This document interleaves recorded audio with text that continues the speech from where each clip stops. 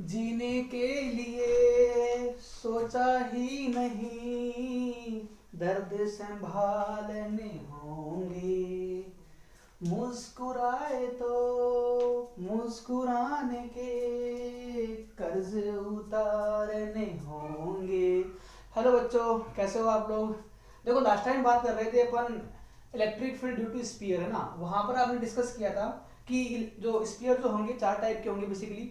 चार टाइप में आपको मालूम होना चाहिए, पहला कौन सा आएगा, कंडक्टिंग या कौन सा नॉन कंडक्टिंग। जो बच्चा पहली बार देख रहा है उनको मैं रिक्वेस्ट करूंगा, जो लास्ट अपना वीडियो मैंने पोस्ट कर रखा है, पहले आप वो देखिए एक बार के लिए, है ना। लास्ट टाइम बात की थी अपन ने, कोई भी स्पीयर मान लो आप यहाँ पर स्पीयर, वो चार टाइप का होगा। या तो कैसा होगा, कंडक्टिंग होगा, है ना, और या कैसा होगा वो नॉन कंडक्टिंग एनसी। और यदि कंडक्टिंग के भी ना दो टाइप यहाँ पर ना और हो सकते हैं, या तो कैसा होगा वो सॉलिड होगा, और या वो कैसा होगा होलो। इसी प्रकार से जो अपना ये वाला है नॉन कंडक्टिंग स्फीयर, इसके भी दो टाइप और हो सकते हैं फर्दर, या तो कौन सा सॉलिड या कौन सा होलो, ठीक है ना। तो बेसिकली कुल मिला के यहाँ पर चार टाइप के स्फीयर है ना बन सकते हैं, ये वाला ये वाला ये वाला ना। और अपन ने यहाँ पर बात की थी कि इन चारों में से तीन का जो नेचर है वो एक जैसा ही है। इन तीन तीन कौन कौन से उनमें से, एक तो इसमें ये वाला है, एक ये वाला और एक ये वाला, कि इन तीनों के लिए इलेक्ट्रिक फील्ड जो बनेगा वो एक ही बनेगा। एक ही क्यों बनेगा, बिकॉज इनका जो चार्ज डिस्ट्रीब्यूशन होगा, है ना, चार्ज का जो डिस्ट्रीब्यूशन होगा वो एक जैसा ही होगा, इसलिए इन तीनों का एक ही बनेगा। और कितना बनेगा ये अपन ने बात कर ली। आज अपन बात कर रहे हैं लास्ट पार्ट की, है ना, कौन से वाला, नॉन कंडक्टिंग सॉलिड स्फीयर। अपन देखने वाले हैं कि इसकी वजह से कितना इलेक्ट्रिक फील्ड बनेगा ना, यूजिंग गाउस लॉ। तो आज का अपना हेडिंग रहेगा, देखिए आप एक बार के लिए, electric field due to non conducting solid sphere, ठीक है ना। बस ये जो स्फीयर है बाकी तीन से अलग है, बाकी तीन का तो प्रॉपर्टी है वो एक जैसा ही है, उनका जो फॉर्मूला आएगा वो भी एक ही आएगा। और जो भी अपन ने ना लास्ट टाइम पढ़ा था वो बहुत ही इंपॉर्टेंट था। आज अपन पढ़ने वाले लास्ट टाइप का ना ये वाला। अब ध्यान देने की बात कीजिए, पहली बात तो what is the non conducting. तो अपन ने बात कर रखी यहाँ पर कि ऐसा कोई बॉडी, ऐसा कोई मटेरियल जिसके जो इलेक्ट्रॉन्स जो होते हैं these are not free to move, उसको अपन क्या बोलते हैं, नॉन कंडक्टिंग, ठीक है ना। तो यहाँ पर जो अपना स्फीयर है, पहली बात तो कैसा है, अपना सॉलिड है, तो ये अपन एक स्फीयर मान लिया, इसका रेडियस मैंने आर मान लिया, एंड चार्ज का वैल्यू जो है मैंने क्यू मान लिया। अब यदि ये नेचर में नॉन कंडक्टिंग है, यदि ये नेचर में नॉन कंडक्टिंग है, तो एक बात यहाँ पर पक्का ये होने वाली है कि इसका जो चार्ज रहेगा वो वॉल्यूम में रहेगा। बिकॉज नॉन कंडक्टिंग में क्या होता है कि जो भी चार्ज है ना, जहां रखा हुआ है वहीं रहेगा। क्योंकि कंडक्टिंग के केस में क्या होता है कि जो इलेक्ट्रॉन्स जो होंगे वो फ्री है मूव करने के लिए, और यदि वो फ्री रहेंगे तो डेफिनेटली वो यहाँ छोड़ के सरफेस पे आएंगे। बट यदि आपका स्फीयर नॉन कंडक्टिंग है तो उस टाइम पर इसका मतलब ही क्या है, इसका मतलब ये है कि electrons are not free to move, और यदि वो फ्री नहीं है मूव करने के लिए तो उनको कहाँ रहना पड़ेगा, वॉल्यूम के अंदर। तो मैंने एक स्फीयर मान लिया, this is a non conducting solid sphere, ठीक है ना, एनसीएस।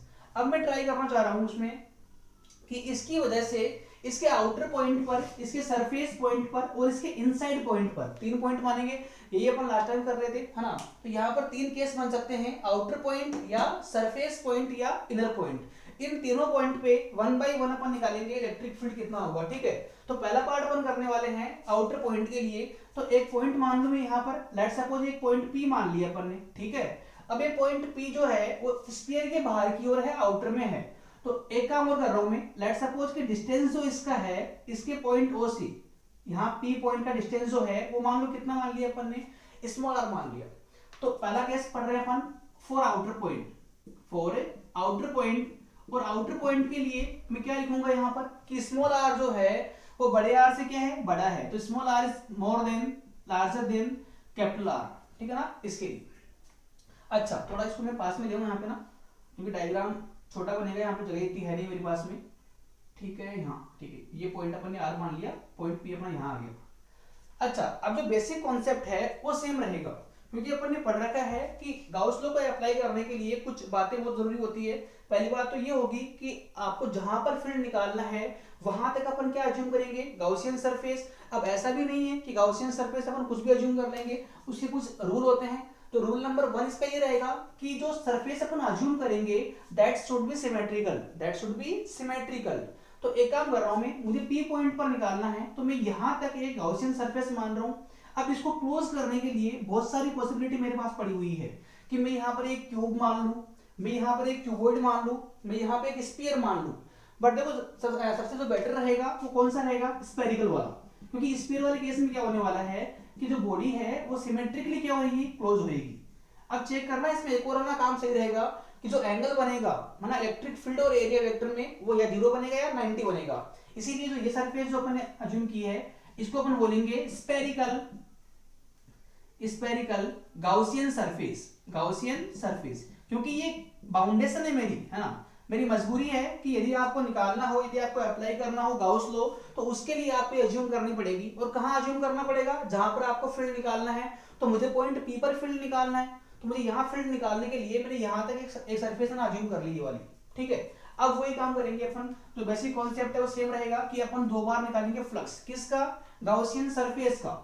एक बार कैसे निकालेंगे, गाउस लॉ के अकॉर्डिंग, और एक बार कैसे, फॉर्मूले से।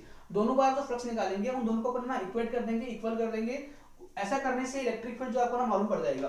तो फर्स्ट ऑफ ऑल अपन निकालते हैं flux through Gaussian surface, Gaussian surface phi, ठीक है ना, फाई निकाल रहे हैं थ्रू गाउसियन सरफेस। तो पहला फाई अपन निकालेंगे, जो फॉर्मूला होता है basic, Q enclosed upon epsilon not. अब यहाँ पर Q एनक्लोज्ड क्या है, Q एनक्लोज्ड है गाउसियन सरफेस में कितना चार्ज क्लोज हो रखा है, कितना चार्ज बंद हो रखा है, ठीक है ना। अब बताओ मुझे कि गाउसियन सरफेस कोई सर्कल नहीं है, ये कोई सर्कल नहीं है, ये स्फीयर है, गोला है, जो इस बॉडी को पूरा चारों ओर से इसने कवर कर रखा है ऐसे ना। तो लेट्स सपोज मेरे पास में गोल है ना, छोटी गोल है ना, और एक बड़ी गोल है। अब यदि बड़ी गोल है ना, इसको पूरे को इसने इसको ना कवर कर रखा है, तो डेफिनेटली अपन क्या बोलेंगे कि जितना भी चार्ज यहाँ रखा हुआ है वो सारा चार्ज का क्या हो रखा है, इसमें क्लोज हो गया। कि इस बड़ी वाले के अंदर क्या हो रहा है, ये पूरा चार्ज आ रखा है, ठीक है ना, कुछ भी चार्ज इसके बाहर नहीं है। तो मैं क्या बोलूंगा कि इस वाली सरफेस से चार्ज कितना क्लोज हो रखा है, तो इसका आंसर क्या रहेगा कि जितना चार्ज सर यहाँ पर है वो पूरा पूरा चार्ज इसमें क्लोज हो रखा है। और यहाँ पर चार्ज मैंने क्या मान रखा है, Q मान रखा है। तो डेफिनेटली यहाँ पर जो चार्ज एनक्लोज्ड आएगा वो कितना आएगा, Q आएगा, और अपॉन में क्या आएगा, एप्सिलॉन नॉट। Equation number 1। जहां तक की कहानी बिल्कुल सिमिलर है ना, अपन ने जो कल किए थे है ना डेरिवेशंस, वैसी कहानी आज यहाँ कर रहे हैं अपन, है ना। अब एक बार फिर से मैं वही काम कर रहा हूँ, फ्लक्स थ्रू फिर से गाउसियन सरफेस से, सरफेस चेंज नहीं कर रहा हूं मैं, गाउसियन सरफेस से, बिकॉज सरफेस चेंज कर दूंगा तो उनको मैं इक्वल कैसे करूंगा। तो इक्वल करने के लिए मैं दोनों बार में, दोनों केसेस में जो फ्लक्स निकाल रहा हूं मैं सरफेस का निकाल रहा हूं, ठीक है ना, इसी का। अब निकालते हैं अपन using definition E A cos theta. Flux का जो फॉर्मूला है ये भी होता है, ये भी होता है। एक बार अपन यहां से निकाल लिया, अब अपन यहां से निकालते हैं। अब ध्यान देना एक बार के लिए, E क्या है यहाँ पर, E यहाँ पर है इलेक्ट्रिक फील्ड। और कहाँ का इलेक्ट्रिक फील्ड है, ये इलेक्ट्रिक फील्ड है उस गाउसियन सरफेस का, उस गाउसियन सरफेस के ऊपर, ठीक है ना। तो एक काम करें अपन, कुछ काम है ना अपन पहले कर सकते हैं कि यदि बॉडी प्लस की है तो इलेक्ट्रिक फील्ड जो बनेगा इससे दूर बनेगा, प्लस से दूर बनता है। ये कुछ बेसिक प्रॉपर्टी है जो अपन ने पहले पढ़ रखी है कि प्लस की वजह से इलेक्ट्रिक फील्ड जो बनेगा दैट ऑलवेज है ना आउटवर्ड, बाहर की ओर बनेगा। तो यहाँ पर जो इलेक्ट्रिक फील्ड है वो बाहर की ओर है, यहाँ पर भी बाहर की ओर है। तो हर पॉइंट पर गाउसियन सरफेस के हर पॉइंट के ऊपर इलेक्ट्रिक फील्ड चारों ओर फैला हुआ है ऐसे ना, हर साइड में, हर डायरेक्शन में। अच्छा, what is the area vector. तो एरिया वेक्टर अपन ने पढ़ रखा है स्टार्टिंग में कि एरिया वेक्टर क्या होता है कि उस सरफेस के प्लेन के परपेंडिकुलर, सरफेस के प्लेन के परपेंडिकुलर। तो यहाँ पर जो सरफेस है इस टाइप की है, तो इसका जो एरिया वेक्टर यहाँ देखूंगा मैं तो बाहर की ओर ही आएगा। अच्छा, एलिमेंट यदि आपने ये वाला मान लिया, मान लो एक एलिमेंट मैंने यहाँ मान लिया, तो इसके लिए जो एरिया वेक्टर आएगा वो बाहर की ओर फिर से आएगा। और यहाँ की बात करूं मैं तो यहाँ पर भी एरिया वेक्टर बाहर की ओर आएगा। तो आप चीज एक देख रहे हो, यहाँ पे आपने नोटिस किया होगा कि हर एलिमेंट पर, हर पॉइंट पर इलेक्ट्रिक फील्ड में और एरिया वेक्टर में एंगल कितना आ रहा है, 0 आ रहा है। देखो कैसे, दोनों क्या हो रखे हैं, पैरेलल। यहाँ पर भी E भी साइड में है और अपना A भी साइड में है, दोनों एक ही साइड में है। तो I can say that E and A are parallel and if these are parallel then the angle will be 0। इसी प्रकार से अपन यहाँ देखें तो यहाँ का जो इलेक्ट्रिक फील्ड है वो भी ऊपर की ओर है, और यहाँ का जो एरिया वेक्टर आएगा वो भी कहाँ आएगा, ऊपर की ओर आएगा। तो for every point on surface, for every point on surface the angle between E and A is 0। That's why यहाँ पर अपन लिख पाएंगे आराम से। अच्छा, इलेक्ट्रिक फील्ड का वैल्यू कितना है दैट इज अननोन, वो भी अपने फाइंड नहीं किया है, तो मैंने उसको E मान लिया। But what is the area, now this is the Gaussian surface and this is spherical, और what is the area of sphere? The area of sphere will be 4 pi r square, but यहाँ पर are कौन सा आएगा? तो यहाँ पर are जो आएगा स्मॉल आर आएगा, बिकॉज मैंने फ्लक्स कहाँ का निकाला है? गाउसियन सरफेस का, बड़े वाले का, तो रेडियस भी किसकी आएगी? बड़े की आएगी, तो यहाँ पर जो एरिया आएगा वो बड़े वाले का आएगा ना, into cos theta, and angle जो है हर पॉइंट के लिए कितना हो रखा है? 0, तो यहाँ पे जो फ्लक्स अपना आ जाएगा फाई, वो अपना आएगा e into 4 pi r square, and जो कोस 0 है वो कितना होता है? 1। तो this is the equation number 2। तो एक बार मैं इसको वापस से रिकैप कर रहा हूँ, रिवाइज कर रहा हूँ। मैंने 2 बार फ्लक्स निकाला है, एक बार इससे निकाला है गाउसियन लॉ से, और एक बार मैंने यहाँ से निकाला है। दोनों बार फ्लक्स को निकाला, उसमें इक्वेट करूंगा, ठीक है ना। तो एक और काम कर दूं लास्ट में फाइनली, कि इक्वेशन नंबर 2 इक्वल टू क्या कर दूं? 1। अरे दोनों बातें एक ही तो है, ये भी क्या है? फ्लक्स है, तो ये भी क्या है? अपना फ्लक्स है। दोनों यदि फ्लक्स ही है तो आई कैन इक्वेट देम, उनको इक्वल करेंगे अपन, तो ये बन जाएगा e into 4 pi r square equal में कितना? q upon epsilon naught. इसको अपन और सॉल्व करेंगे आगे, तो ये अपना बनेगा e equal to q upon 4 pi epsilon naught into r square. और यहाँ पे दिख रहा होगा आपको कि 1 अपॉन समथिंग, ये क्या होता है? इसको अपन बोलेंगे कूलम्ब कांस्टेंट, तो kq अपॉन आर स्क्वायर। तो इलेक्ट्रिक फील्ड अपना आ गया कौन से पॉइंट पर? आउटर पॉइंट पर, वो कितना आ गया? kq upon r square. तो ये बात आपके लिए एक अच्छी बात है कि जो आउटर पॉइंट पे जो फील्ड आएगा वो सबके लिए क्या आएगा? सेम ही आएगा, भले कोई सा भी स्फीयर हो। अपन ने कल भी बात की थी उन तीनों के लिए, आप याद करो कि उन तीनों के लिए भी बाहरी पॉइंट पर, आउटर पॉइंट पर इलेक्ट्रिक फील्ड कितना आया था अपना? kq अपॉन आर स्क्वायर, और इसके लिए भी कितना आ रहा है? kq upon r square. तो अब आपका सवाल यह होगा कि सर फिर फर्क क्या है इन दोनों में, इन चारों में? आपने इसको अलग से क्यों करवाया? फर्क अभी आएगा, डिफरेंस अभी आएगा। कौन से पॉइंट के लिए आएगा डिफरेंस? इनसाइड पॉइंट के लिए। तो मैं है ना एक बात बोल रहा हूँ आपको कि भले कोई सा भी स्फीयर हो, चारों में से कोई सा भी स्फीयर हो, यदि आपको फील्ड निकालना हो बाहर की ओर, उस स्फीयर के बाहर आपको फील्ड निकालना है, तो उन सबके लिए जो फॉर्मूला रहेगा वो एक ही रहेगा, और वो कितना रहेगा? E equal to kq upon r square. कहानी कहाँ चेंज होने वाली है? कहानी चेंज होगी अंदर के पॉइंट पर। आप याद करो कि जो अपन ने अब तक पढ़ा है तीनों स्फीयर, उन तीनों केसेस में, उन तीनों के लिए इनसाइड पॉइंट पर इलेक्ट्रिक फील्ड कितना आया था? अपना 0 आया था। बट इसके लिए जो अपना इलेक्ट्रिक फील्ड आएगा अंदर की ओर, वो 0 नहीं आएगा। तो ओनली डिफरेंस कहाँ क्रिएट होगा? इनर पॉइंट के लिए, आउटर पॉइंट के लिए या सरफेस पॉइंट के लिए फॉर्मूले जो रहेंगे सबके सेम ही रहेंगे। तो इसीलिए कई बार क्वेश्चन में क्या होता है कि यदि आपसे पूछेगा कि बाहर की ओर फील्ड कितना है, तो उस टाइम पर आपको मेंशन नहीं करेगा कि स्फीयर कौन सा है, क्योंकि स्फीयर से फर्क नहीं पड़ रहा, बाहरी पॉइंट पर सबके लिए अपना आंसर सेम ही आएगा। बट यदि उसको ये पूछना होगा कि इनसाइड पॉइंट पर फील्ड कितना बनेगा, तो उस केस में डेफिनेटली आपको वो मेंशन करेगा कि स्फीयर कौन सा है। ठीक है, गॉट इट? इसको आप नोट करें ना एक बार के लिए, है ना। अब इसी प्रकार से अपन एक बार सरफेस पे निकालेंगे, ठीक है ना, और एक बार अपन इनर पॉइंट पे निकालेंगे। तो जो कहानी है ना इंटरेस्टिंग जो रहेगी वो कहाँ पर आएगी? इनर पॉइंट के लिए, अंदर वाले पॉइंट के लिए। वो अभी हम देखते हैं। इसको आप एक बार के लिए ना पॉज करके छाप ले, इसको ना नोट कर ले इसको आप, ठीक है। नोट कर लिया अपनी वाला। अब देखो जो सेकंड पार्ट है that is for surface point, कि now we are trying to find out electric field at surface point, ठीक है। इसको आपने नोट कर लिया होगा ये होप। अब उसके लिए भी अपन ना इतना लंबा काम नहीं करेंगे, शॉर्टकट में उसका आंसर निकाल देंगे। देखना कैसे, जैसे लास्ट टाइम पे किया था वैसे हम अभी करेंगे ना इसके लिए। तो कि यदि आपको कहाँ की बात करनी है? यदि आपको बात करनी है सरफेस पॉइंट की, मैं लिख रहा हूँ यहाँ पे ना for surface point. Surface point का मीनिंग क्या हुआ कि आपका जो पॉइंट है जहां फील्ड निकाल रहे हो वो कहां पर आ गया? सरफेस के ऊपर ही आ गया, क्योंकि ये पॉइंट तो बाहर की ओर था। तो सरफेस की अपन बात करेंगे यहाँ पर। तो मैं एक काम कर रहा हूँ, ठीक है ना, डायग्राम को चेंज कर रहा हूँ। डायग्राम चेंज होगा अपना, मुझे अब फील्ड निकालना है इस पॉइंट के ऊपर ही, ठीक है ना, सफिशिएंट होगा। एक पॉइंट मान लिया अपन यहाँ पर, जो कहां पर है? सरफेस के ऊपर लाई करता है। तो इस स्फीयर ने, है ना, यहाँ पर कितना फील्ड बनाया आपको ये मालूम करना है। तो पहली बात तो देखो, कभी भी यदि क्वेश्चन आता है आपके ये कि इलेक्ट्रिक फील्ड कितना होगा स्फीयर का, तो पहले आप ये देखो कि कौन सा स्फीयर है। पहला पॉइंट तो कि कौन सा स्फीयर है, और दूसरा पॉइंट अपन जहां फील्ड निकाल रहे हैं वो पॉइंट कहाँ पर है? वो पॉइंट बाहर की ओर है या वो पॉइंट अंदर की ओर है? ये कुछ बातें फिक्स आप ना अपने माइंड में रखिए। अब मुझे यहाँ निकालना है, बताओ यदि मुझे यहाँ पर निकालना होगा तो इस वाले पॉइंट की डिस्टेंस कितनी है सेंटर से? तो वो तो r के बराबर ही है। तो लास्ट केस जो अपन ने पढ़ रखा था कौन सा, ये वाला, कि E इक्वल टू के क्यू अपॉन आर स्क्वायर। यहाँ पर ये आर क्या था, यहाँ पर ये आर होता है पॉइंट का सेंटर से डिस्टेंस। अब मुझे सरफेस पे निकालना है तो डेफिनेटली इस आर का वैल्यू कितना हो जाएगा अपना, आर के बराबर है। तो इसको वापस से मैं यहाँ पुट करूंगा तो इलेक्ट्रिक फील्ड जो आएगा कहाँ पर, सरफेस पॉइंट पर, वो कितना बनेगा, के क्यू अपॉन आर स्क्वायर। फर्क ओनली कहाँ पर क्रिएट हुआ कि अब की बार बड़ा वाला आर आएगा और लास्ट टाइम पे स्मॉल आर आया था, ठीक है ना। ओके, तो ये आसान काम था बिल्कुल ही। तो यदि आपने ये कर रखा है तो इसके बाद में इसको ड्राइव करना कोई बड़ी बात नहीं है, ये आसान ही काम है, ठीक है ना, ये आसान काम है।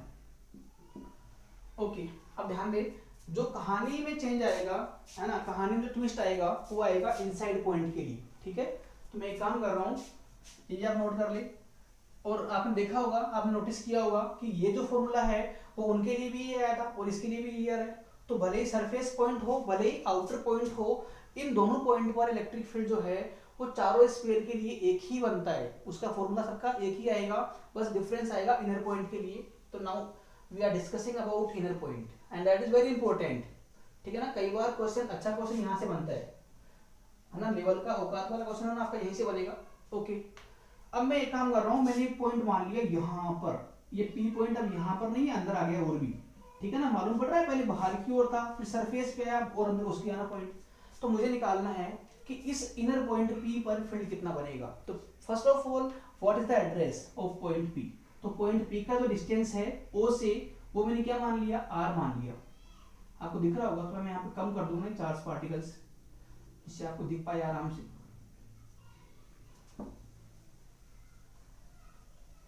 देखना सुना कि ये लोग, ये अपने एक स्फीयर मान लिया और यहाँ पे अपने पॉइंट ओ मान लिया और मेरा एक पॉइंट पी है यहाँ पर। अच्छा, कौन सा स्फीयर है, तो ये है नॉन कंडक्टिंग सॉलिड स्फीयर है, सॉलिड स्फीयर।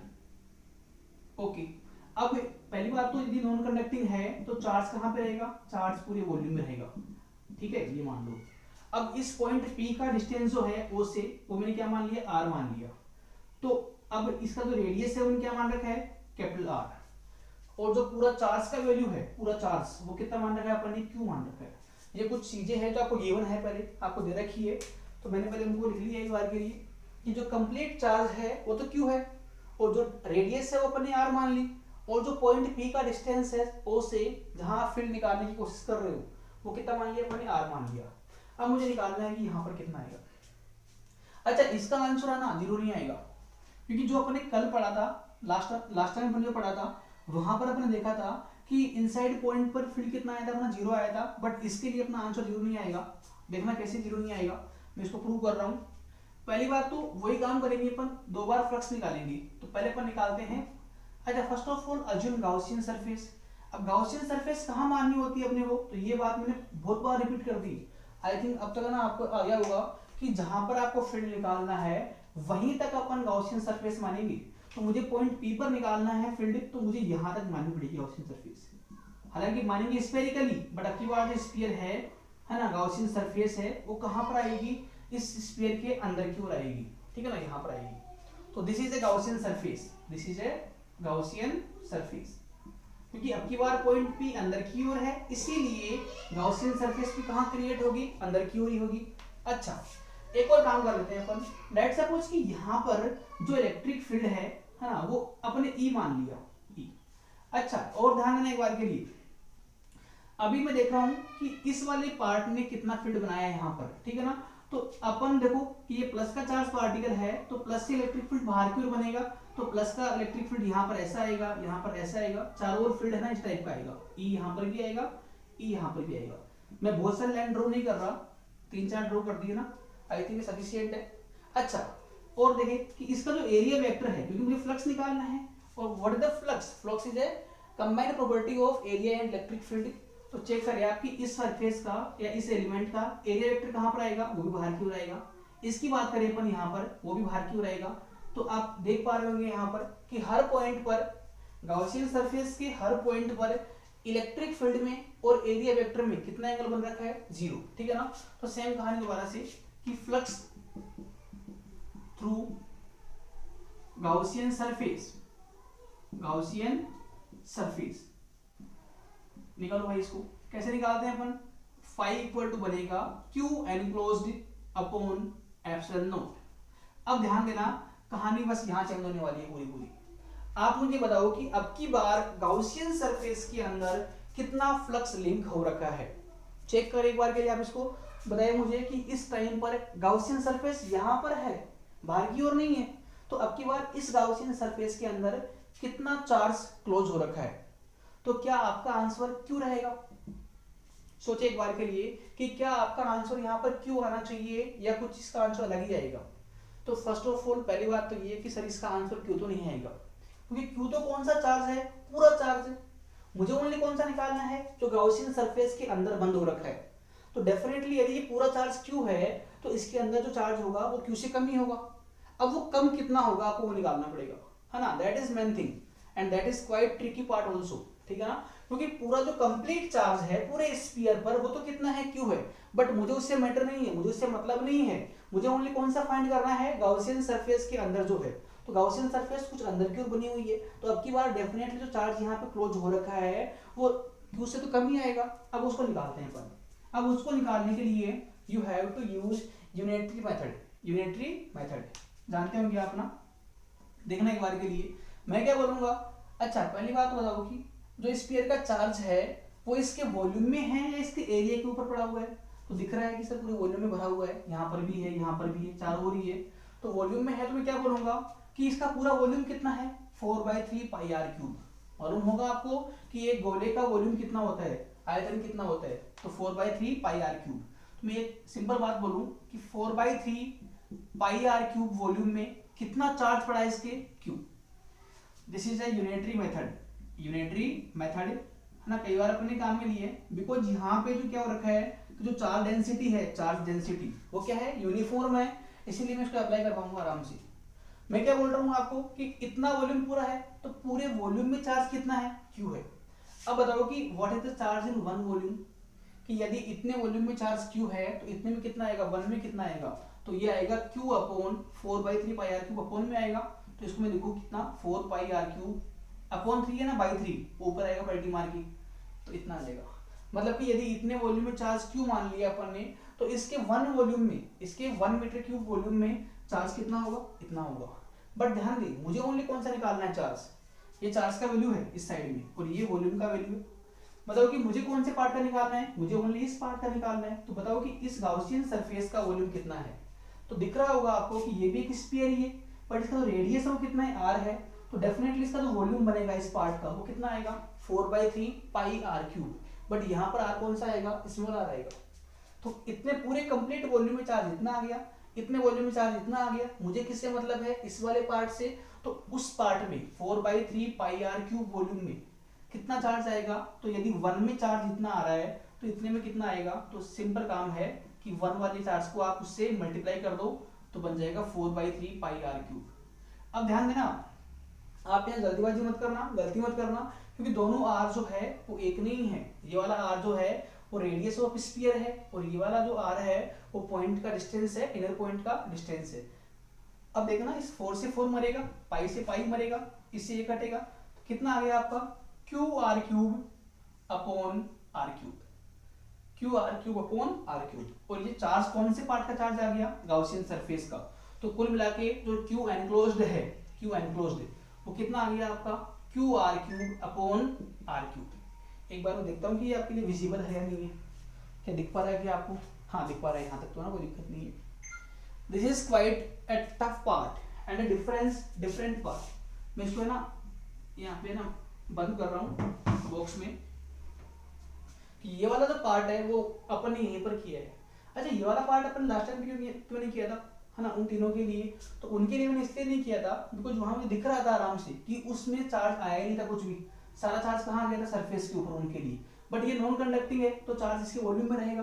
तो अब की बार डेफिनेटली यहाँ पर कुछ चार्ज बनेगा। लास्ट टाइम पे या लास्ट के डेरिवेशन में क्या हो गया था कि जो क्लोज चार्ज था वो 0 आ गया था, दिख रहा था अपने को। बट यहाँ पर कितना होगा, इतना होगा। इसको देखिए आप कैसे अपने निकाला इसको, कि यदि पूरे वॉल्यूम क्यू में, पूरे वॉल्यूम इतने में चार्ज क्यू है तो 1 वॉल्यूम में चार्ज कितना आएगा, इतना आएगा। अब यदि 1 में चार्ज इतना आ गया तो मुझे किसका फाइंड करना है, इतने वॉल्यूम का। तो 1 वाले चार्ज को मैं इस वॉल्यूम से मल्टीप्लाई कर दूंगा तो मेरा चार्ज जो है वो मिल जाएगा, ठीक है ना। अच्छा, इसको आप नोट कर लें एक बार के लिए। ओके, अब देखना मैं इसको हटा रहा हूं यहां से, इसको आप नोट कर लेना। अब मैं लिख रहा हूं आपको ना अलग से यहां पर कि जो क्यू एनक्लोज्ड है, जो क्यू एनक्लोज्ड है, क्यू एनक्लोज्ड वो कितना आ गया आपका q r cube upon r cube. ये कैसे आया, तो इसको अपने निकाल लिया, फाइंड कर लिया यूजिंग यूनिटरी मेथड, जो आप याद रखिए। नाउ इसको आप यहां पुट करें वापस से, तो फाइव जो बनेगा कितना आएगा आपका q r cube upon r cube into epsilon naught, equation number 1। तो this is the flux linked with Gaussian surface using Gauss law, ठीक है ना। तो ये आप याद रखिए। अब अगेन मैं एक काम कर रहा हूं, अगेन मैं फ्लक्स निकाल रहा हूं, again flux through Gaussian surface, but कैसे निकालेंगे क्यू आर अपन, तो ये काम बहुत टाइम से करते आ रहे हैं अपन, तो आई होप कि आपको आ गया होगा कि अब की बार निकालेंगे अपन फॉर्मूले से। कौन से फॉर्मूले से, ई ए कोस थीटा, ई ए कोस थीटा। अच्छा, ई क्या होता है, ई होगा उस गॉसियन सरफेस के पॉइंट पर इलेक्ट्रिक फील्ड। तो गॉसियन सरफेस का पॉइंट तो यहाँ पर आएगा जो कि आर डिस्टेंस पर है। तो लेट्स सपोज कि यहाँ पर इलेक्ट्रिक फील्ड का वैल्यू है, यहाँ पर जो इलेक्ट्रिक फील्ड का वैल्यू है, जो मैग्नीट्यूड है, वो मैंने क्या मान लिया, ई मान लिया। तो यहाँ पर आएगा ई का ई, हालांकि मुझे फाइंड भी करना है। अच्छा, ए कितना होगा, तो ए होगा गॉसियन सरफेस का एरिया, ठीक है ना। और जो गॉसियन सरफेस है वो स्फेरिकल है, तो इसका जो एरिया बनेगा वो आएगा 4 pi small r square into, check करिए आप एंगल, तो एंगल दिख रहा होगा आपको, जीरो बनेगा, तो cos 0। तो अपना जो इलेक्ट्रिक फील्ड आ गया वो कितना आएगा, E into 4 pi r square. This is the equation number 2। तो जो फ्लक्स है पहला इतना आ गया था फर्स्ट नियम से, और जो सेकंड रूल है वहां से इतना आ गया। अब दोनों फ्लक्स ही है, और दोनों फ्लक्स किसके हैं, गॉसियन सरफेस के हैं, that's why I can equate them. तो इन दोनों को मैं इक्वेट करूंगा, इक्वल करूंगा, 2 = 1 करूंगा, तो चेक करें क्या बनेगा यहाँ पर, E into 4 pi r square is equal to q r cube upon r cube into epsilon naught. This is the equation. Now अपने को इलेक्ट्रिक फील्ड निकालना है, तो इलेक्ट्रिक फील्ड को आप ना सब्जेक्ट कर दो, आप इसको अपना अलग कर लो, तो इसको हम अलग करेंगे, यहाँ से सेपरेट करेंगे, तो ई जो बनेगा वो बनाएगा। अच्छा, एक और काम करो, यहाँ पर आर क्यूब है, यहाँ पर आर स्क्वायर है, तो 2 आर स्क्वायर जैसे मर जाएंगे, एक बचेगा यहाँ पर। तो कहानी क्या हो गई, क्यू इंटू आर अपॉन, उसको अपॉन में लेके आएंगे 4 पाई एप्सिलॉन नॉट इंटू क्या है आर क्यूब। अब चेक करिए कि इसको मैं क्या बोलूंगा, 1/4 पाई एप्सिलॉन नॉट है, इसको मैं क्या बोलूंगा, के बोलूंगा, तो के, ये क्यू ऐसे कैसे आएगा, into r upon r cube. तो इलेक्ट्रिक फील्ड जो आ गया, ठीक है ना, इसको मैं यहाँ लास्ट में कर दूं, इलेक्ट्रिक फील्ड जो आ गया कौन से पॉइंट पर, इनर पॉइंट पर, और वो भी कौन से स्पेस के लिए, नॉन कंडक्टिंग के लिए, कितना आएगा, k q r upon r cube. ये आएगा इसका फॉर्मूला, और है ना। तो यहाँ पर जो इलेक्ट्रिक फील्ड है, इस केस में इलेक्ट्रिक फील्ड बनेगा अंदर के पॉइंट पर, वो जीरो नहीं बनेगा, इतना बनेगा। लास्ट वाले पार्ट में तीनों के लिए जो इलेक्ट्रिक फील्ड आया था वो जीरो आया था, बट अब की बार जीरो नहीं आएगा, ठीक है ना। तो यही एक डिफरेंस रहेगा यहाँ पर। अच्छा, अब ये फॉर्मूला याद करना भी इतना बड़ा काम नहीं है। इस फॉर्मूले में हर टर्म का सिग्निफिकेंस क्या है, हर टर्म का मीनिंग क्या है, मतलब क्या है, ये आपको आना बहुत जरूरी है। के क्या है यहाँ पर, के यहाँ पर है कूलम्ब कांस्टेंट, एंड उसका वैल्यू कितना होता है, तो उसका वैल्यू होगा 9 × 10⁹। क्यू क्या है यहाँ पर, अच्छा कंफ्यूज ना हो आप इसमें, क्यू जो है वो उस स्फीयर का पूरा चार्ज है, कंप्लीट चार्ज है। देखो आप भले ही कि क्यों मैंने क्यों मैंने किसको मान रखा है, पूरे चार्ज को। ये आर क्या है, आर आपका है उस इनर पॉइंट का डिस्टेंस सेंटर से आर, और अपॉन में आर क्यूब है, तो ना ये आर है radius of sphere.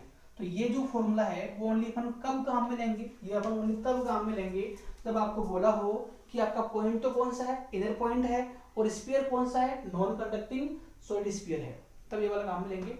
Okay, note कर ले एक बार के लिए फटाफट से ना।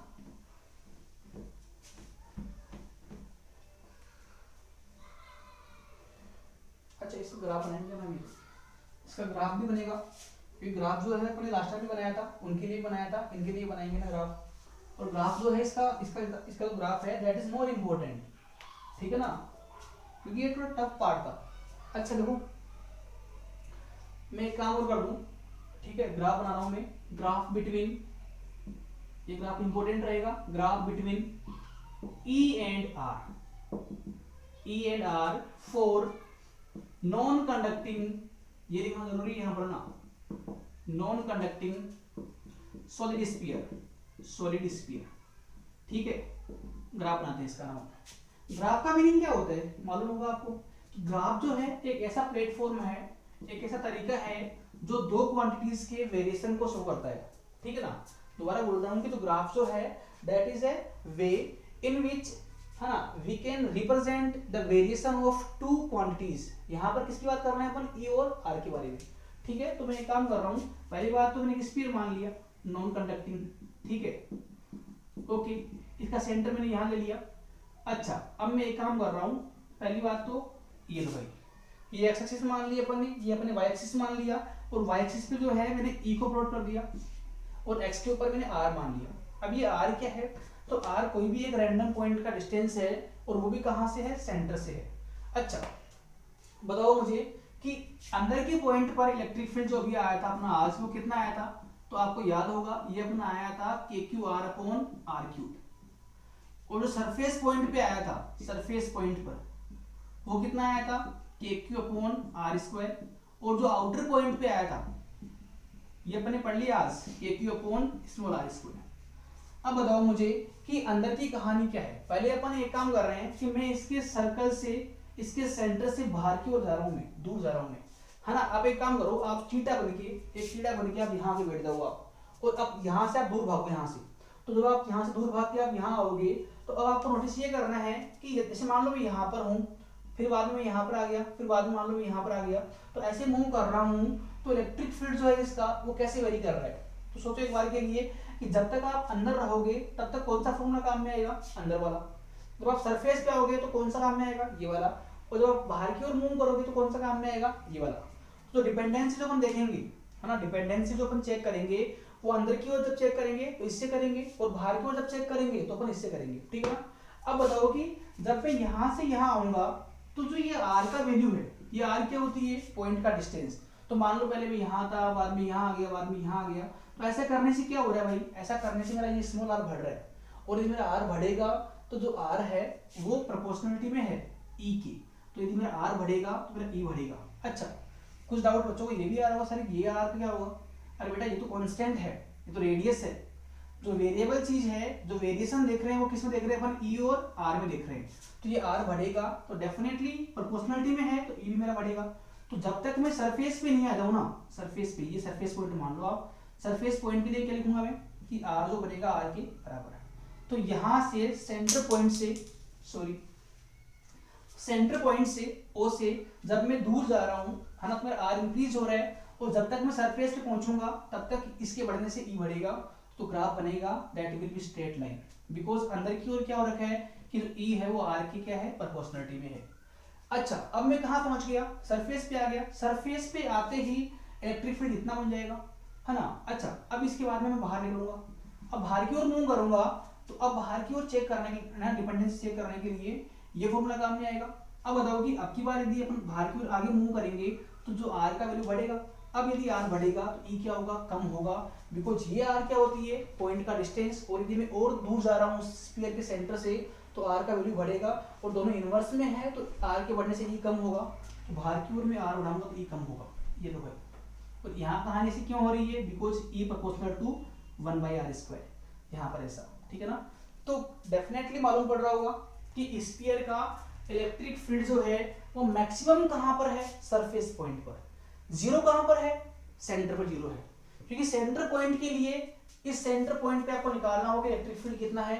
तो आप आर का वैल्यू कितना बोलोगे, जीरो, क्योंकि आर कौन सा पॉइंट है, आर आपका वही पॉइंट है जहां पर आप फील्ड निकाल रहे हो। तो मुझे यदि सेंटर पे ही निकालना है तो सेंटर पॉइंट का डिस्टेंस कितना होगा सेंटर से, दोनों कोइंसाइड कर जाएंगे, और यदि दोनों कोइंसाइड करेंगे तो डेफिनेटली इस आर का वैल्यू कितना बनेगा, जीरो बनेगा। ये जीरो कर देंगे तो ई कितना बनेगा, जीरो बनेगा। तो सेंटर पॉइंट पे जीरो बनेगा। फिर दूर भागूंगा मैं, दूर मूव करूंगा तो ये आर बढ़ेगा तो ई बढ़ेगा, फिर बाद में कम भी होगा।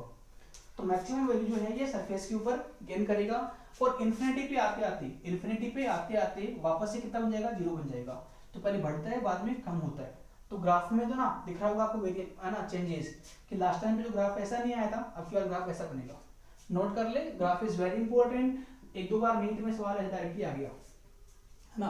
आपको इतना पूछ लिया कि which is the correct option, तो वहां पे 4 ऑप्शन दे रखे थे, एक इस टाइप का ग्राफ था, बाकी 3 ग्राफ आपको ना और गिवन थे, है ना, तो आपको पूछा था कौन सा सही है, आपको यहाँ टिक करके आना इसमें, ठीक है, नोट कर ले इसको आप फटाफट से। अब देखना आप मुझे कितना हो गया इसमें, 1 सेकेंड। चलिए देखते हैं ना, नया क्वेश्चन है, ये वाला जो क्वेश्चन है इंपॉर्टेंट क्वेश्चन है, देखना एक बार के लिए। पहली बात तो आप ये देखो इसमें कि कौन सा स्फीयर गिवन है आपको, कौन सा स्फीयर का आपको निकालना है फील्ड, तो यहाँ पर लिखा हुआ है SNC, solid non conducting sphere, SNC, जो अपन ने आज पढ़ लिया उसी की बात कर रहा हूँ ना।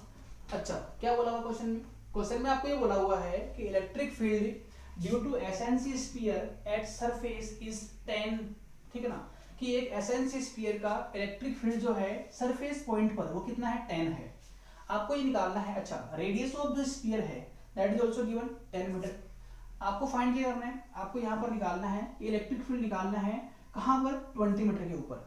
अब ये 20 मीटर कहाँ से आएगा देखेंगे ना, अभी अपन एक बार निकालना है बी पार्ट में निकालना है 5 मीटर पर, और सी पार्ट में निकालना है सेंटर के ऊपर, तीनों पार्ट करेंगे 1 by 1। First of all draw diagram, तो पहली बात तो ये अपना स्फीयर मान लिया, चार्ज इसके अंदर भी रहेगा, क्योंकि स्फीयर कौन सा है आपका, SNC है, SNC है। अच्छा, इसका चार्ज कितना है भाई, अच्छा ये सेंटर मान लो, ओ चार्ज आपने क्यों मान लिया, बिकॉज क्वेश्चन में कहीं भी चार्ज गिवन नहीं है आपको, देखो बोलेगा आपको ओनली गिवन है कि जो रेडियस है वो गिवन है, तो पहली बात तो क्या दे रखा है वो लिखवाओ, तो आपको जो R है वो गिवन है, कितना बोल रखा है, 10 मीटर, और इसके अलावा आपको ये गिवन है कि सरफेस पॉइंट पर इलेक्ट्रिक फील्ड कितना बोल रखा है आपको, वो भी बोल रखा है 10 न्यूटन अपॉन कूलम, और आपको पूछा कहां पर है, एक बार 20 मीटर पर, एक बार 5 मीटर पर, और एक बार कहां पर, सेंटर के ऊपर। तो हर बार आप पहले देखिए कि जो 20 मीटर डिस्टेंस है वो कहां पर आएगी, वो जो पॉइंट है, ये वाला जो पॉइंट है वो सरफेस के बाहर की ओर आएगा, या स्फीयर के अंदर की ओर आएगा, या इसके ऊपर आएगा, देखना एक बार के लिए आप सोचने की बात है कि ये इसका रेडियस 10 मीटर है, तो 20 कहां पर आएगा, बाहर की ओर ही आएगा, तो मेरा पॉइंट जो है 20 मीटर वो कहां पर है, बाहर की ओर है। अच्छा, भारी पॉइंट के लिए इलेक्ट्रिक फील्ड कितना होता है, अब यहाँ पे फॉर्मूला वो वाला काम में आएगा, बिकॉज इस स्फीयर के जो फॉर्मूले हैं वो 3 हो गए मेरे पास में, है ना, अब तीनों में से कौन सा काम में आएगा, तो ये बात डिसाइड कहाँ से होती है, पॉइंट से। अब मेरा पॉइंट जो है फर्स्ट पार्ट में वो कौन सा पॉइंट है, आउटर पॉइंट है, तो आउटर पॉइंट पे इलेक्ट्रिक फील्ड निकालने के लिए फॉर्मूला कौन सा काम में आएगा, मैं सोल्व कर रहा हूँ पार्ट ए को, तो E जो बनेगा आउटर पॉइंट पर वो होता है KQ/R²। अच्छा, एक और काम करो कि सरफेस पॉइंट पर इलेक्ट्रिक फील्ड कितना होता है, तो इसका चार्ज मैंने Q मान रखा है, तो इलेक्ट्रिक फील्ड कितना बनेगा, KQ/R²। क्लियर आपको, एंड इसका वैल्यू गिवन आपको कितना, 10। ध्यान देना कि इस क्वेश्चन में आपको ये गिवन है कि सरफेस पॉइंट पर फील्ड कितना है, 10 है, तो सरफेस पॉइंट के लिए फॉर्मूला कौन सा काम में आएगा, ये वाला काम में आएगा, और इसका वैल्यू कितना बोल रखा है आपको, 10 बोल रखा है। अच्छा, इस R का वैल्यू कितना है, वो भी 10 है, तो यहाँ पे 10 का स्क्वायर बनेगा, तो K इंटू Q कितना आएगा आपका, 10 इंटू 10 स्क्वायर, मतलब कि 100, तो ये बन जाएगा आपका 1000 के बराबर। ये वाला जो इक्वेशन है आगे अपने काम में आएगा, ठीक है ना, इसमें आपको ये बोल रखा है, ये गिवन है आपको। अब आप वापस से अपना मेन पार्ट पे आओ, मेन पार्ट अपना ये है कि आपको निकालना है इस पॉइंट पर, यहाँ पर आएगा आउटर पॉइंट के लिए स्मॉल आर आएगा। अब इस R का वैल्यू क्या बोल रखा है आपको, तो ये R जो है बोल रखा है 20 मीटर पर है, मेरा पॉइंट कहाँ पर है, 20 मीटर आगे है ना। अच्छा भाई, K इंटू Q, अब ये चीज आपको दी हुई नहीं है क्वेश्चन में, बट ये मैंने पहले ही फाइंड कर ली, ये कितनी 1000 है, तो यहाँ पर कितना आएगा 1000/R²। इस R का वैल्यू कितना, 20 का स्क्वायर, तो कितना आएगा 400 आएगा, कितना का आएगा 10/4, इसको मैं क्या बोलूंगा 2.5 न्यूटन अपॉन कूलम। तो पहले पार्ट का जो आंसर है वो आएगा 2.5, ठीक है ना। तो ये वाला जो पार्ट अपने कर लिया, बस कुछ भी नहीं करना, आपको एक ही काम करना है कि first of all you have to identify कि पॉइंट कहाँ पर है, कि जहां आप फील्ड निकाल रहे हो वो पॉइंट कहाँ पर है। यदि आपका वो पॉइंट बाहर की ओर है तो फॉर्मूला बाहर वाला काम में आएगा, और यदि आपका वो पॉइंट अंदर की ओर है तो फॉर्मूला अपना अंदर वाला काम में आएगा। अच्छा, सेकंड पार्ट करते हैं अपन, बताओ मुझे। सेकंड पार्ट में बोल रखा है कि आपको कहां पर निकालना है, आपको निकालना है इलेक्ट्रिक फील्ड 5 मीटर आगे, कहां से, सेंटर से। तो सेंटर ये रहा, तो बताओ मुझे कि 5 मीटर आगे जाएंगे तो वो पॉइंट सर्फ स्फीयर के अंदर आएगा, बाहर की ओर आएगा। अब कॉमन सेंस की बात है कि इसका रेडियस जो है वो 10 मीटर का है, तो जो 5 मीटर पॉइंट आएगा वो अंदर की ओर ही आएगा। तो यहाँ पर जो फॉर्मूला आएगा वो इनर वाला आएगा, इनर, ई इनर। अब अंदर के पॉइंट पर इलेक्ट्रिक फील्ड है ना, दो हो सकते हैं, या तो जीरो होगा या अपन आज पढ़ा वो वाला होगा, ये वाला k q r upon r q. अब ये तो कब काम में लेंगे जब आपका स्फीयर कौन सा होगा, एसएनसी। तो मेरे पास में क्वेश्चन में स्फीयर जो है वो दे रखा है एसएनसी है, तो मुझे फॉर्मूला ये वाला करना पड़ेगा। यदि इन केस आपको ये बोलता कि आपका जो स्फीयर है वो एसएनसी ना होके एससी है, कंडक्टिंग है, तो उस टाइम पर बिना कुछ देखे आंख बंद करके अपन आंसर लिख के आते जीरो, है ना। बट यहाँ पर आपका स्फीयर कौन सा है, एसएनसी है, तो इलेक्ट्रिक फील्ड का फॉर्मूला ये वाला काम में आएगा अंदर के पॉइंट के लिए। अच्छा, इस आर का वैल्यू कितना है आपकी बात, तो ये आर जो है गिवन है 5 मीटर है। अच्छा, के इंटू क्यू कितना होगा, तो वो तो अपन पहले फाइंड कर लिया 1000 इंटू इस आर का वैल्यू कितना है इस केस के लिए 5 अपॉन ये वाला आर तो फिक्स है 10 का क्यूब कितना बनेगा वो 1000, तो इससे कटेगा, तो what will be answer 5 Newton upon coulomb. तो उस पॉइंट पर इलेक्ट्रिक फील्ड जो आएगा 5 आएगा। और लास्ट का जो सी पार्ट है वो देखिए आप, सी पार्ट बोल रखा है कि आपको निकालना है कि स्फीयर के सेंटर के ऊपर ही कितना फील्ड बनेगा, है ना, कि इस स्फीयर के सेंटर के ऊपर ही कितना फील्ड बनेगा। तो पहली बात तो कि जो सेंटर पॉइंट है वो कहाँ पर लाई करता है, वो स्फीयर के अंदर आएगा बाहर आएगा, अरे तो ये सब अंधे को मालूम पड़ जाएगा, तो कॉमन सेंस की बात है कि स्फीयर का सेंटर तो स्फीयर के अंदर ही होगा, और यदि अंदर की ओर होगा तो फॉर्मूला ये वाला काम में आएगा। अब रही बात कि सर उसका आर का वैल्यू कितना होगा, तो ये आर जो है अपन कहाँ से अपन मेजर करते हैं हमेशा, तो आर जो अपन मेजर करते हैं वो सेंटर से करते हैं, और मुझे कहाँ निकालना है, सेंटर पे निकालना है, तो डेफिनेटली सेंटर से सेंटर का डिस्टेंस कितना हो जाएगा 0, दोनों पॉइंट कोइंसाइड करेंगे, तो यहाँ पर फॉर सेंटर पॉइंट जो आर है वो कितना बनेगा 0, बिकॉज जो डिस्टेंस अपन नापते आए हैं, अपन जो मेजर करते हैं वो सेंटर से ही करते हैं, और अब की बार सेंटर पे निकालना है, तो डेफिनेटली सेंटर से सेंटर का डिस्टेंस कितना बन जाएगा 0। अच्छा, सेंटर जो है इनर पॉइंट ही है, तो ई जो बनेगा इनर पॉइंट का वो आएगा k q r upon r cube. But किस्मत से यदि आपका आर का वैल्यू 0 हो गया तो ये पूरा आंसर कितना आएगा आपका 0 आएगा। This is the answer. अब यही क्वेश्चन यदि आपको ऐसे बोलता कि आपका स्फीयर जो है वो कौन सा है, सॉलिड कंडक्टिंग है ना, एसएनसी ना होके यदि एससी होता सॉलिड कंडक्टिंग ना, तो उस केस में ये आंसर सेम रहता और इन दोनों पार्ट के आंसर अपने क्या आते 0 आते, ठीक है ना। तो ये बात आप याद रखिए। तो हर बार स्फीयर वाले क्वेश्चन में केस में आपका माइंड 2 पॉइंट पे काम करेगा कि पहली बात तो कि स्फीयर कौन सा है, क्योंकि यदि स्फीयर है ना, स्फीयर यदि एसएनसी है तो कहानी अलग होती है, बाकी है तो कहानी अलग होती है। तो इनके क्वेश्चंस में आप 2 पॉइंट हमेशा याद रखो कि स्फीयर कौन सा है, और दूसरा कि पॉइंट कहां पर है, पॉइंट आपका अंदर की ओर है या बाहर की ओर है या सरफेस के ऊपर है। ये दोनों पॉइंट एक बार जानने के बाद ही आप क्वेश्चन को अपना अप्रोच करें, हमेशा ट्राई करें आगे ना, नोट कर ले इसको ना पोस्ट करके, मैं आगे बढ़ूंगा इसमें ना।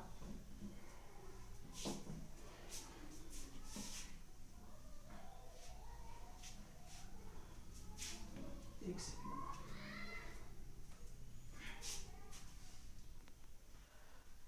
ठीक है। देखो अब जो अपन क्वेश्चंस कर रहे हैं एक बहुत ही अच्छा क्वेश्चन है, और ये क्वेश्चन जनरली आईआईटी में या नीट में आपसे पूछेगा ना, क्योंकि बोर्ड एग्जाम में ऐसा क्वेश्चन कभी नहीं पूछता आपसे, है ना। लेकिन जो कॉन्सेप्ट है वो नया कॉन्सेप्ट है, ध्यान से आप सीखिए, आपको इसमें मजा आएगा डेफिनेटली ना। देखो आपको ये बोला हुआ है कि मेरे पास में 2 स्फेरिकल सेल है। अब सेल क्या होता है, तो सेल होता है होलो स्फीयर, किसको बोलते हैं अपन, होलो स्फीयर को। अब मेरे पास में 2 स्फेरिकल सेल है जो क्या है कोसेंट्रिक है, मतलब उन दोनों का सेंटर क्या एक ही है। देखना एक बार के लिए कि मान लो कि एक स्फीयर मेरे पास में यहाँ पड़ा हुआ है, ठीक है ना, एंड उसका जो रेडियस है आपको गिवन है r है, और उसके ऊपर एक और स्फीयर है, वो बड़ा स्फीयर है, उसका कितना रेडियस मान रखा है अपन ने r2 मान रखा है। अच्छा, जो चार्ज है इस वाले स्फीयर पर वो q1 बोल रखा है, और जो आउटर स्फीयर पे चार्ज बोल रखा है वो q2 बोल रखा है, ठीक है ना। तो फर्स्ट ऑफ ऑल इस क्वेश्चन की जो इमेज है, जो डायग्राम है, वो आपके माइंड में बनना चाहिए कि 2 स्फीयर है, दोनों कैसे हैं, होलो है ना। अब देखो इसको होलो होना ही पड़ेगा, कि यदि बाहर वाला होलो नहीं होगा तो ये कहाँ से अपने इसमें ना सेट करेंगे।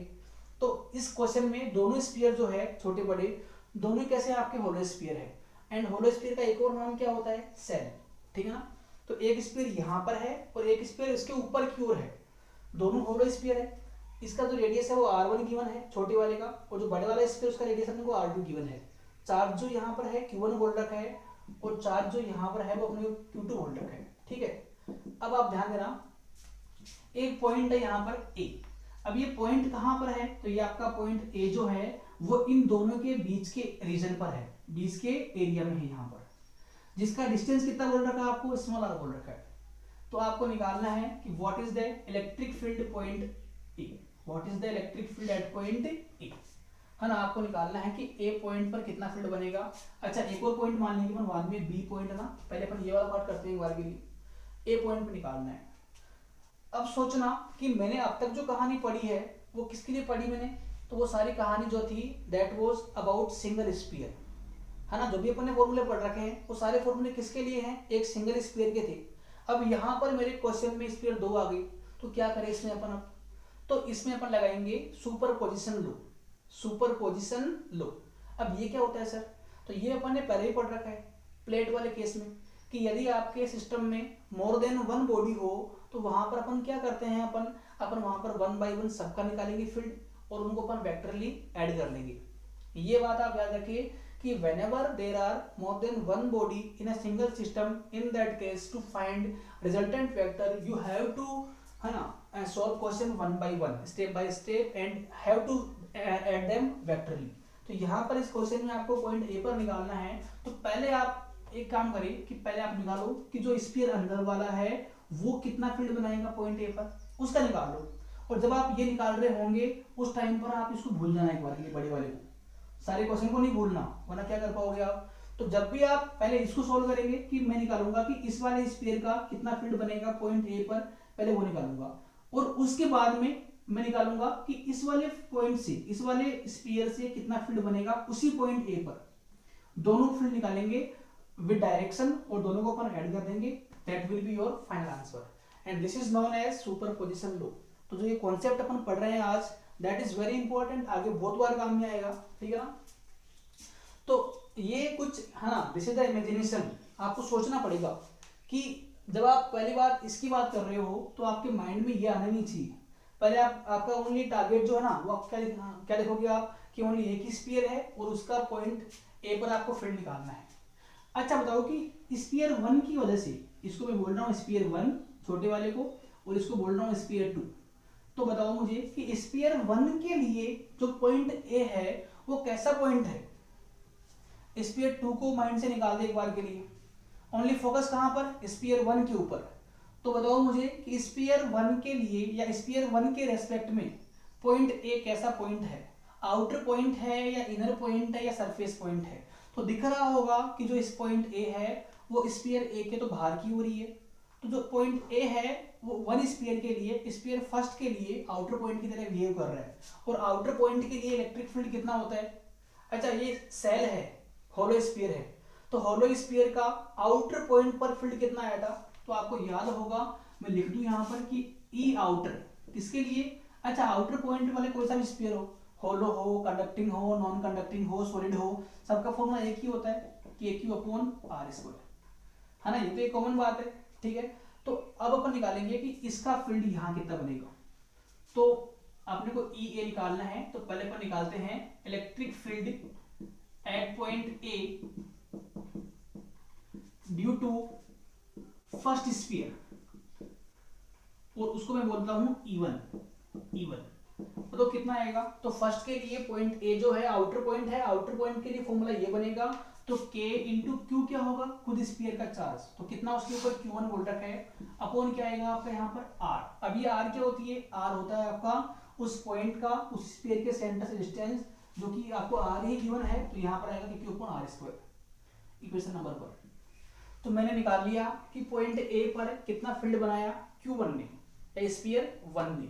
अब निकालूंगा कि पॉइंट ए पर ही, उसी पॉइंट पर जो स्फीयर 2 है, जो बिगर स्फीयर है, वो कितना फील्ड बनाएगा। तो वापस मैं लिख रहा हूं यहां पर electric field at point A, point को चेंज नहीं करना भाई, ड्यू टू स्फीयर 2 या स्फीयर सेकंड।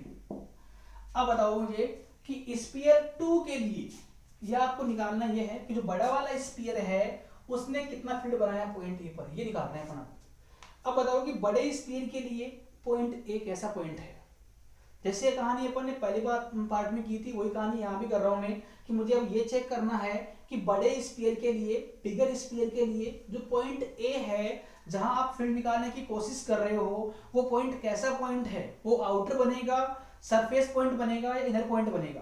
तो देखो आप आउटर स्पेयर यहाँ पर है और पॉइंट ए अंदर की ओर है, तो आउटर के लिए या आउटर के रेस्पेक्ट में पॉइंट ए कैसा पॉइंट है, पॉइंट ए जो है वो इनर पॉइंट है, और एक किसी भी सेल या होलो स्फीयर के अंदर के पॉइंट पर फील्ड कितना होता है, 0 होता है ना। ये अपन ने कल ही बात की थी कि ड्यू टू होलो स्फीयर, ये आज नहीं की अपन ने बात, कल की थी, ड्यू टू होलो स्फीयर जो ई इनर बनता है वो कितना बनता है, 0। या मैं आपको ये बोल दूं कि SNC को छोड़ के, है ना, सॉलिड नॉन कंडक्टिंग को छोड़ के सबके लिए अंदर की ओर फील्ड कितना बनता है, 0 बनता है। तो जो पॉइंट ए है वो इसके लिए एक अंदर का पॉइंट बनेगा, तो यहाँ पर जो फील्ड ये बनाएगा, जो बड़ा वाला फील्ड जो है ना स्फीयर जो फील्ड बनाएगा वो E2 कहलाएगा, और वो कितना बनेगा, 0 बनेगा। तो मैंने दोनों स्फीयर का 1 बाई 1 करते हुए पॉइंट ए पर फील्ड निकाल लिया। ए पॉइंट पर इसका जो फील्ड है वो इतना आ गया था, और उसी पॉइंट ए पर जो बड़े वाले का फील्ड है वो 0 आ गया। आपको तो नेट निकालना हो तो नेट क्या होगा, उन दोनों का वेक्टर सम। अब देखो भाई वेक्टर सम क्या करेंगे, एक तो जिसमें 0 हो रखी है क्वांटिटी, तो डेफिनेटली ये होगा E1 प्लस E2, E2 0 हो रखा है तो this will be equal to E1, तो आंसर आएगा KQ1 अपॉन R²। ये आपका आंसर आएगा पॉइंट ए पर electric field. This is a new concept and very important concept. सीख लिया आप। एक और क्वेश्चन मैं आपको दे रहा हूं, मैं उसको आप खुद ट्राई करना, इसको आप नोट कर ले। अच्छा क्वेश्चन यही है, नोट कर लिया आपने। अब की बार जो पॉइंट है, देखो मैं कहां चेंज कर रहा हूं, ध्यान से करना आप।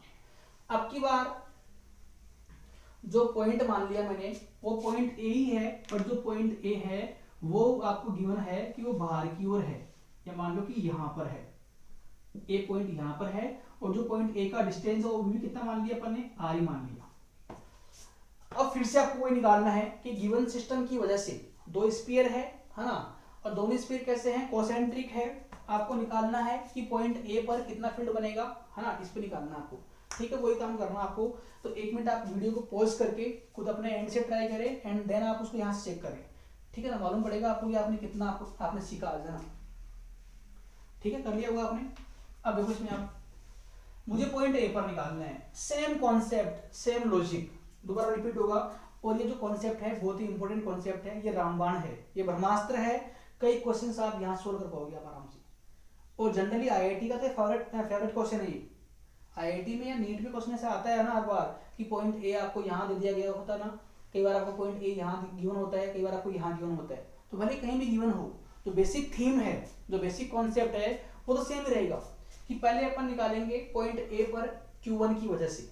अब देखो Q1 क्या है, एक होलो स्फीयर है, तो बताओ कि Q1 के रेस्पेक्ट में पॉइंट कहाँ पर है, बाहर की ओर है। तो मैं फटाफट से कर रहा हूँ इसको, electric field at point A due to first sphere. अब बताओ कि फर्स्ट स्फीयर के रेस्पेक्ट में पॉइंट ए कहाँ का पॉइंट है, आउटर पॉइंट है, और आउटर पॉइंट पर एक होलो स्फीयर कितना फील्ड बनाएगा, KQ अपॉन R²। तो मैं उसको बोलूंगा E1 equal to KQ, but Q को यहाँ पे स्पेशली उसने Q1 बोल रखा है, तो KQ1 अपॉन R²। अच्छा किस साइड में आएगा, ये भी इंपॉर्टेंट रहेगा आपकी बार, है ना। हालांकि लास्ट टाइम भी इंपॉर्टेंट था। E1 जो है वो किस साइड आएगा, तो सोचे कि प्लस का चार्ज है, तो प्लस की वजह से फील्ड कहाँ बनेगा, बाहर की ओर बनेगा, तो E1 जो है वो बाहर की ओर आएगा। तो इस पॉइंट पर जो इसने बनाया फील्ड वो इतना बनाएगा और वो बाहर की ओर बनाएगा। अब इसी प्रकार से उसी पॉइंट पर, उसी सेम पॉइंट ए पर आप निकालो कि ये वाला जो स्फीयर होगा कितना बनाएगा। तो electric field at same point A due to second sphere, अब बताओ मुझे कि सेकंड स्फीयर के रेस्पेक्ट में पॉइंट ए कहां लाई करता है। तो देख लो आप, भले दिख रहा होगा आपको कि सेकंड के लिए भी पॉइंट कहां पर है, बाहर की ओर ही है। और अब अपन निकालेंगे कि बाहरी पॉइंट के लिए फील्ड कितना होता है, तो KQ अपॉन स्मॉल R²। तो जो E2 बनेगा वो आएगा KQ, बट Q कौन से आपकी बात, सेकंड वाले का, तो KQ2 upon R²। Equation number 2, इसको बोल देंगे 1। अच्छा E2 किस साइड आएगा, तो जो सेकंड स्फीयर है वो भी कैसा है, प्लस का ही है, तो प्लस की वजह से फिर से बाहर की ओर बनेगा, आउटवर्ड बनेगा, तो E2 मेरा इस साइड में आएगा। अब मुझे नेट निकालना है, बिकॉज पॉइंट ए पर दोनों स्फीयर ने अपना अपना जो कंट्रीब्यूशन है वो दे दिया कि पहले वाले स्फीयर ने इतना फील्ड बना दिया पॉइंट ए पर बाहर की ओर, और इस वाले स्फीयर ने इतना फील्ड बना दिया वही बाहर की ओर। आपको नेट निकालना है पॉइंट ए पर, तो जो ई नेट आएगा पॉइंट ए पर वो आएगा उन दोनों का vector sum E1 plus E2।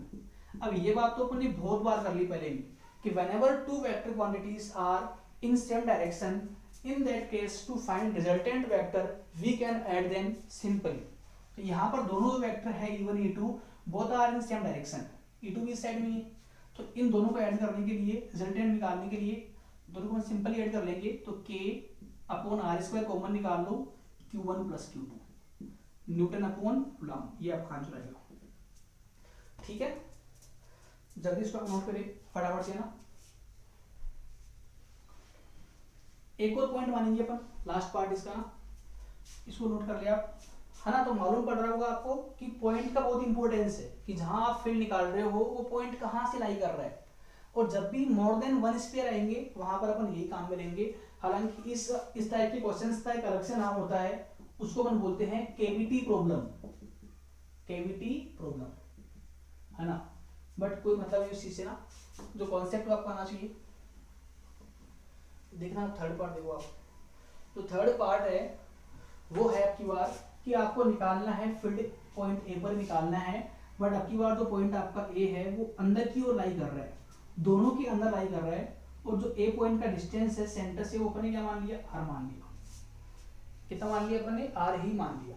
ठीक है, तो मैंने देखो क्या किया, एक बार मैंने पॉइंट ए को यहाँ अज्यूम किया इन दोनों के बीच के रीजन में, एक बार बाहर की ओर मान लिया, और अब की बार मैं अंदर वो ले आया इसको। अब वही काम करेंगे अपन, तो चलो ठीक है, ये काम जो है मैं आपके स्तर पे छोड़ रहा हूँ, आपके लिए छोड़ रहा हूँ, ठीक है ना। इसका जो आंसर आएगा वो आपको मुझे कमेंट सेक्शन में बताना है। सब लोग जो भी देख रहे हैं मेरी वीडियो को, उनको ना मैं रिक्वेस्ट करूंगा कि इसका आंसर निकाले आप, और जो भी आपका आंसर आएगा उसको आप कमेंट सेक्शन में आप बताइए मुझे, ठीक है ना। अच्छा, आज के लिए इतना सफिशिएंट है, कल अपन बात करेंगे कुछ नए टॉपिक के बारे में, और या हो सकता है कि मैं क्वेश्चंस कराऊंगा आपको, न्यूमेरिकल्स कराऊंगा आपको ना मैं। ओके, तो इसके लिए आप तैयार रहे, आप इसको आप ढंग से देखिए आप, और जहाँ आपको दिक्कत आए वहाँ, है ना, वो आप मेरे से पूछिए आप कमेंट में ना, डेफिनेटली मैं आपके क्वेश्चंस को ना सोल्व करूँगा। Thank you so much, stay safe.